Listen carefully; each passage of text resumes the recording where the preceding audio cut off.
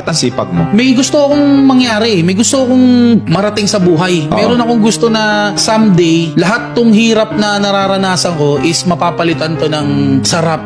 Willing ako mahirapan sa umpisa. Willing ako magpakamatay sa trabaho, kakapukpok ngayon, wala kang tulog, wala kang pahinga, okay lang. Alam ko kasi darating yung time na pag nairaos ko tong kalbaryo hirap na to, darating yung time na magbubungan na. Ako naman, ito na yung resulta nung hirap na ginawa ko nun. Hindi kasi maraming tao nagsasabi na kahit anong sipag mo, kahit anong tiyaga mo, kahit anong pagpupursige mo, kapag ka pinanganak ka mahirap, mamamatay ka mahirap. Ay, hindi. Depende sa tao. Kung tatanggapin mo sa sarili mo yun, ganun talaga mangyayari sa'yo. Law of attraction, kung ano ang iniisip mo, yun ang mangyayari.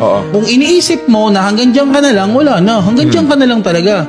Kung isarili mo, hindi mo kayang i-motivate. Kung sarili mo, hindi mo kayang itanim sa utak mo na may magbabago pa, sino gagawa nun para sa'yo? Wala. Yes. Kundi ikaw lang. Kung may gusto ka talagang mangyari sa buhay, kailangan mo iset una sa sarili.